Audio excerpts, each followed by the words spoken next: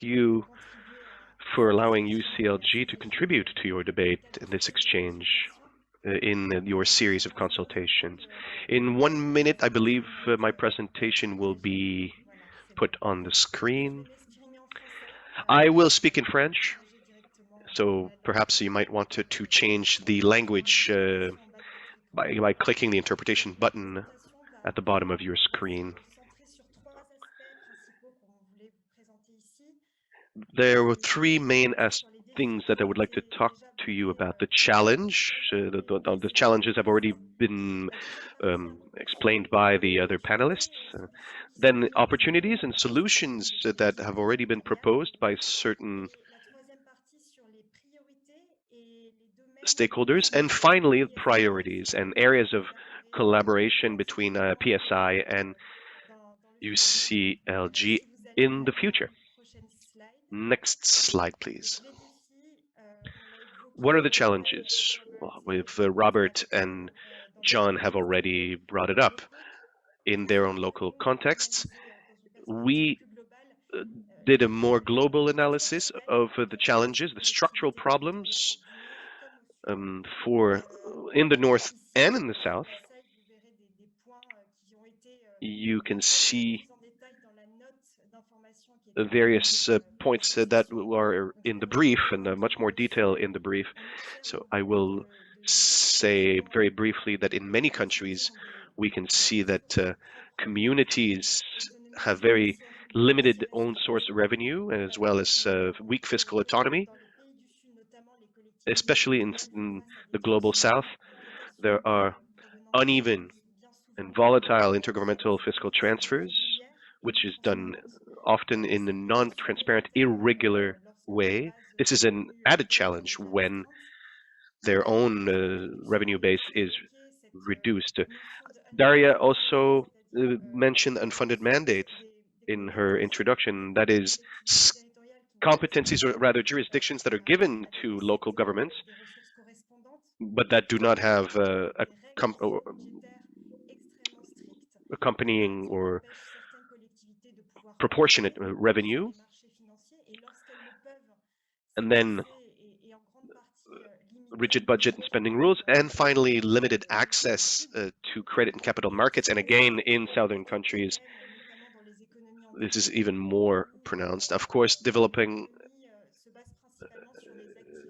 economies which are based on the informal sector and micro businesses, which, as we all saw, were affected disproportionately by the crisis. And so these structural problems that existed before COVID-19, but the pandemic has increased these difficulties and compounded these challenges for funding local services as well as infrastructure projects. Next slide, please. However, even in this rather tragic context, there are opportunities. Some solutions have been proposed. Now, I can't speak of everything in the 8 minutes that I were given, but some aspects are, to our eyes, essential. What Daria mentioned earlier, to be able to consolidate the local fiscal margin or local fiscal space, and to have access to supplemental revenue sources or funding sources. As we know, the public funding for the large infrastructure needs in terms of constant urbanization. As we know, in the future, we will need more innovative funding sources to be able to fund these infrastructure projects in the years to come. Therefore, we would like to say that we should try to make the most out of more stable sources of revenue. As we saw during the COVID-19 crisis, there are economic fluctuations, but the local communities are the ones that are most affected.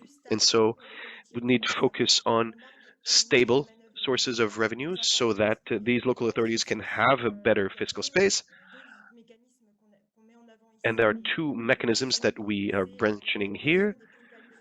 land value capture to fund these investments, and the second scheme would be property tax reform. A very good example is, and a recent example, was the city of Freetown, which put in place a new property tax system that was much more progressive. This was based on an digital system to be able to better value properties. This mechanism also created more transparency in the community and accountability to the citizens, and to have better trust from the part of the population to this system that much more progressive compared to the one that existed before. And so this is very important, to use more stable sources of revenue, to have more stable revenue for those projects. And then this was brought up in the Canadian context, how to leverage the crisis to rethink fiscal transfers from the federal level or the national or the central government to territorial or local governments. For example, there is the National Association of Municipalities, which called upon the government to adopt or to pass a new law for 12% of hydrocarbons tax, which in Bolivia is very important, and to be sent so that 12% of the tax levied on hydrocarbons would be then transferred to municipalities to work on the crisis, but of course to also fund social services. And so once again, the idea is to expand local fiscal space. Having access to additional funding, certain communities have brought in other public and private actors in this crisis situation, but these communities in this context need to maintain control on the decisions that are made in terms of investments, the operation and the maintenance of these services, because it is the public entities that are accountable to the population, to the citizenry, and this very important mission. The last point I would like to bring up, and I won't go into the detail because I simply do not have the time, and also these examples are in the briefing note. You should read this, it's quite complete. So scaling up proven financial mechanisms for public services, such as public development banks or subnational development banks. These mechanisms are very interesting, very useful to meet the needs of territorial and small collective communities for the management of municipal services, public services, and various other mechanisms that exist, municipal corporations, etc. But I simply do not have the time to go into the detail. And so I will come to my last slide. In this context, what are the priorities that we believe are worth mentioning, and which are areas of collaboration between PSI and UCLG? Two main priority areas. Once again, this rebuilding, this strengthening of local fiscal space.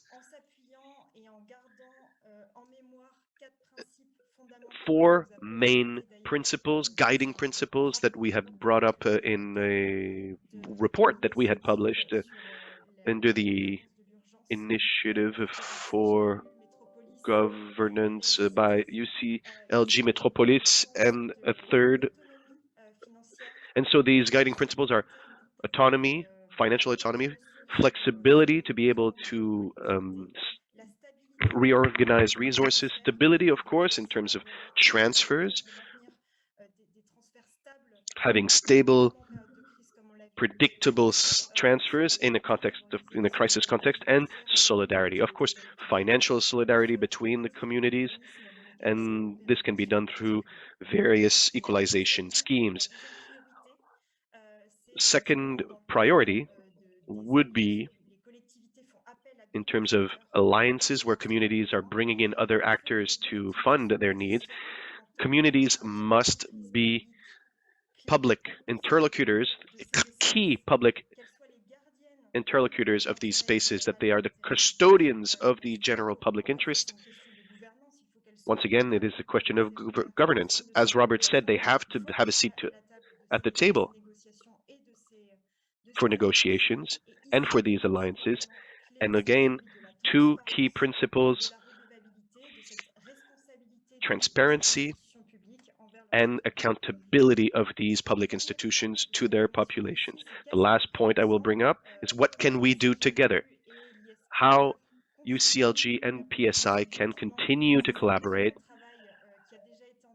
because this is based on work that has already been started. Capacity building, there's much to do, many things, there are many initiatives underway,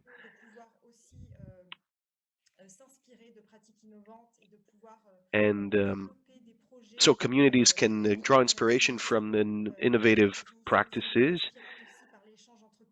and this can be done through peer-to-peer exchanges with other collectivities, other local communities, and through all these proposals, all these possible solutions for local service financing today and tomorrow, we can base ourselves on those key messages to strengthen our joint advocacy in various spaces, various fora, where various actors converge and exchange on these issues. Here I mentioned the Malaga Global Coalition on Municipal Funding.